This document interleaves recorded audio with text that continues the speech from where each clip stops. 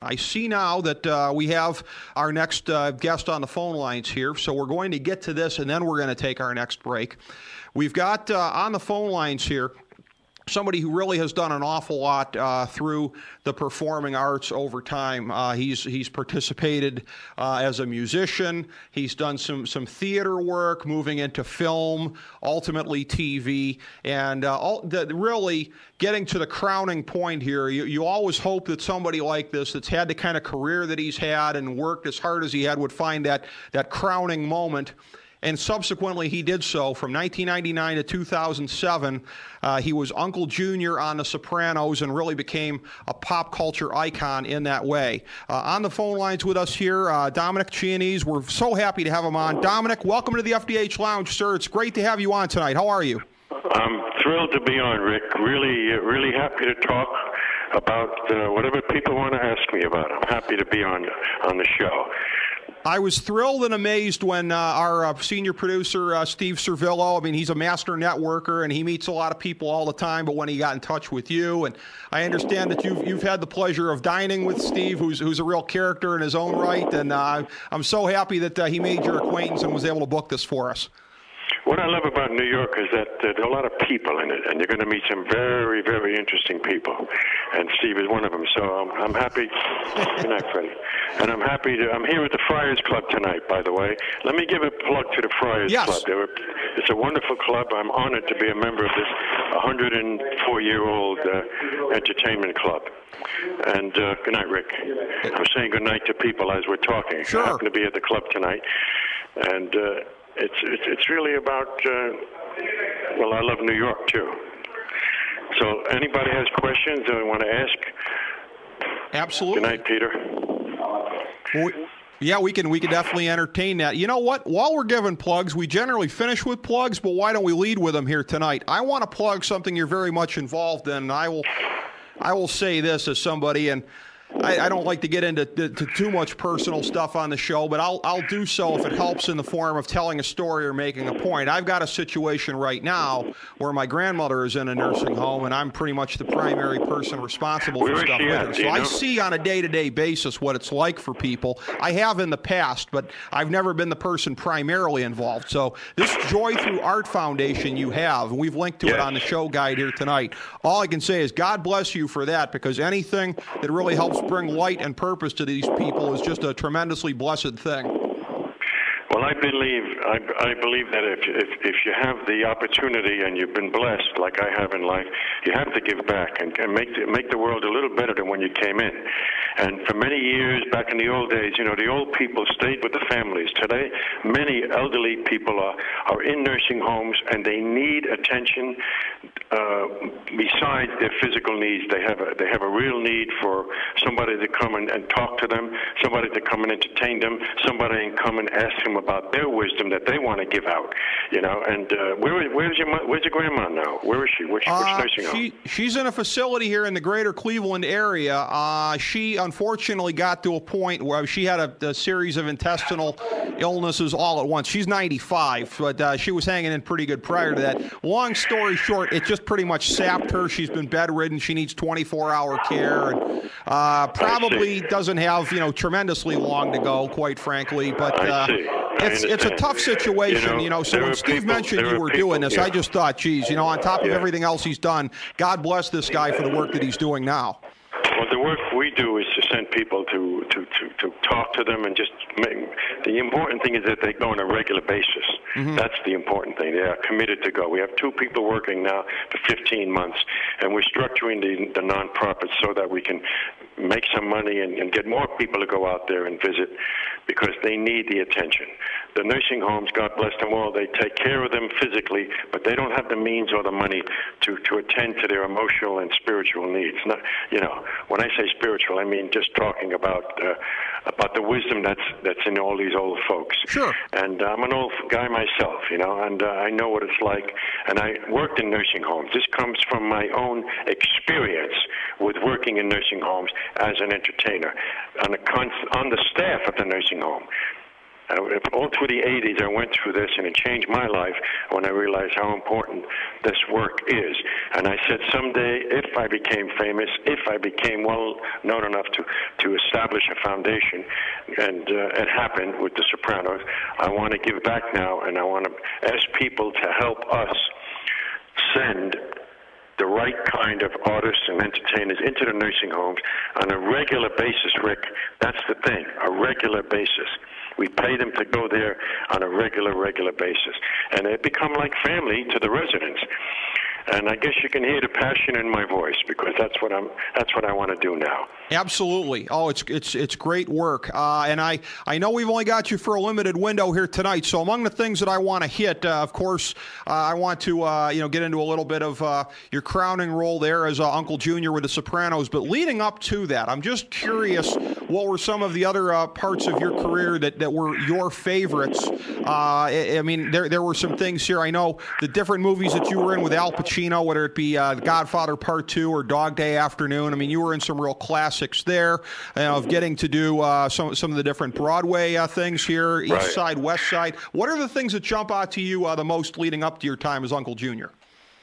Well, the point is that before I got to Uncle Junior, before I auditioned the part and got the part, I had to survive in a business. And when you mentioned The Godfather and Al Pacino, you're talking about a very generous man. And Al would probably don't want me to talk about it, but he was very instrumental in getting me to meet producers. He introduced me to people like Sidney Lumet, the people who were in regional theaters. You know, he believed in me. And you can't do it without your friends, you know.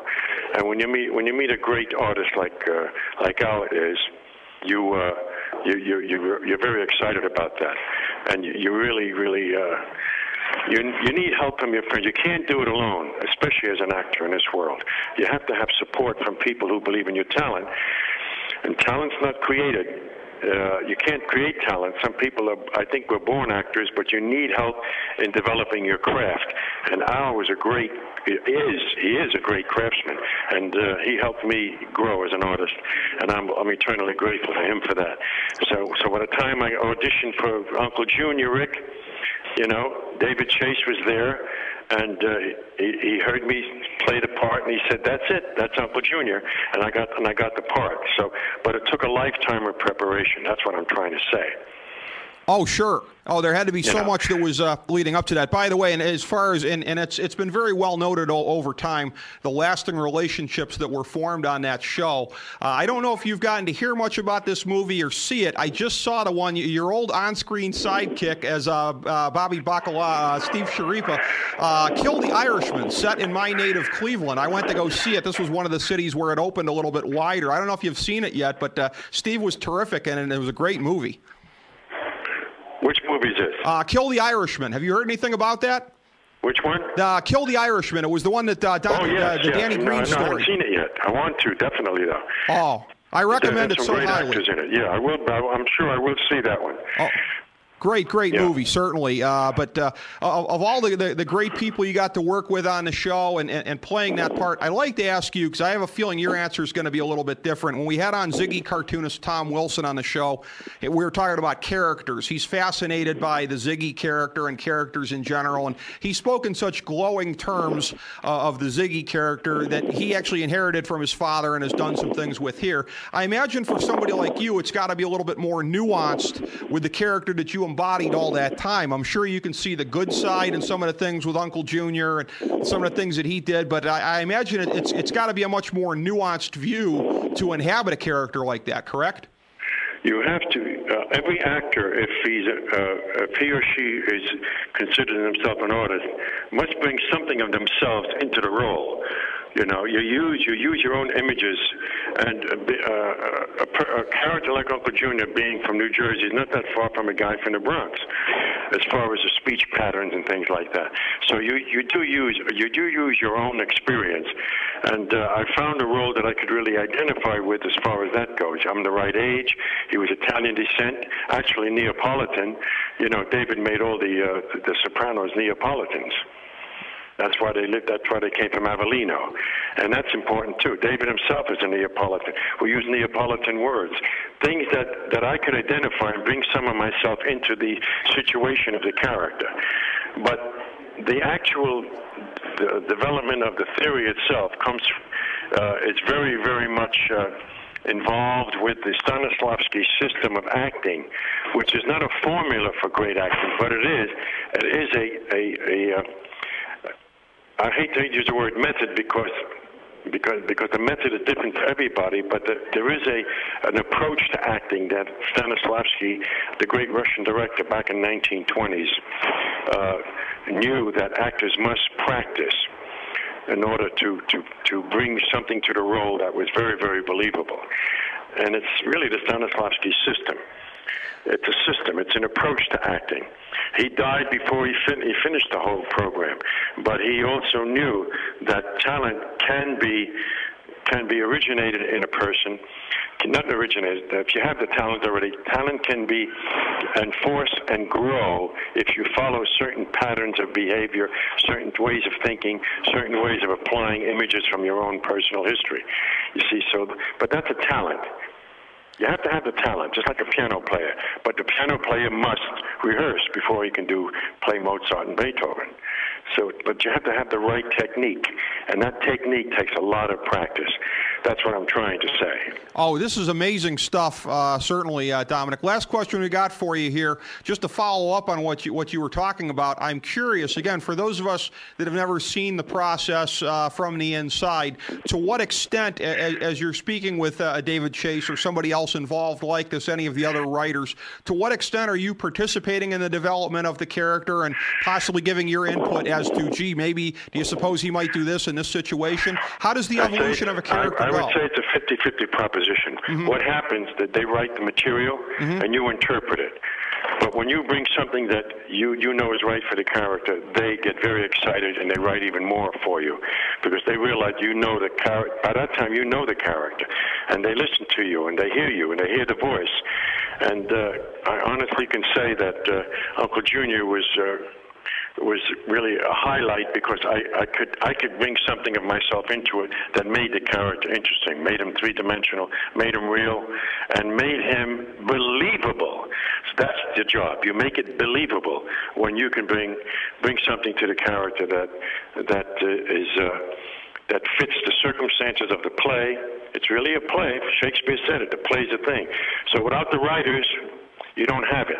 You can be the greatest actor in the world. If you get lousy material, there's only a certain amount of impact you're going to have. But when you get great writing, like Shakespeare, I've done many Shakespeare plays, and you bring your talent to that, then you got the audience in the palm of your hand, and they'll believe everything you say, and they'll react accordingly. Oh, this is wonderful stuff, Dominic. These are great insights here. I can tell you what, to tie it full circle from where we started here tonight when we were talking about everything involved with joy through art and everything else like that. Clearly, this is a thing of a nice guy finishing first here. You know, going through, paying your dues, having a nice career, and going along and busting through into the mainstream in a way that you clearly, really, really deserved. I mean, God bless you for the great work that you're still doing, and we'd love to have you back on to catch up with you some more, sir. Ricky, I want to come to the studio. Your studio in New York? Unfortunately, we're not that close. We are in the greater Cleveland area, but if you're ever in flyover company, come to Dominic. She lives near, what can I put it? She's not that far from Cleveland, not that far from Euclid. Mm-hmm. My daughter's in Ohio, so I'll Really? come. Yeah. Wonderful. I'll come out and then I'll come to the studio. Oh, let's book this. Yeah, we'll have Steve set this up here. Steve is probably already banging out an email to you as he's listening now. So, Yeah, do that. Tell Steve to send me the email, and I'll give him my daughter's address. And I just saw them for my birthday. They were here from Ohio, but they live right not that far from Cleveland. I would say maybe 40 miles, if that, not even. Oh, awesome. Well, Dominic, we love having great conversations on this show and telling stories and everything like that. And I was really looking forward to this, and it was just awesome. Thank you so much. Okay, we'll Rick, do it again in person. Back to the prize. I'll talk to you soon. All right, thank you, Dominic. Appreciate it. Thank you, Rick. Great. Have a great night, sir. Tell Steve to send me an email. We'll do that. All Thank right. you. All right. Bless. From Bye-bye. the Friars Club here tonight, Dominic Chianese, a.k.a. Uncle Junior on The Sopranos.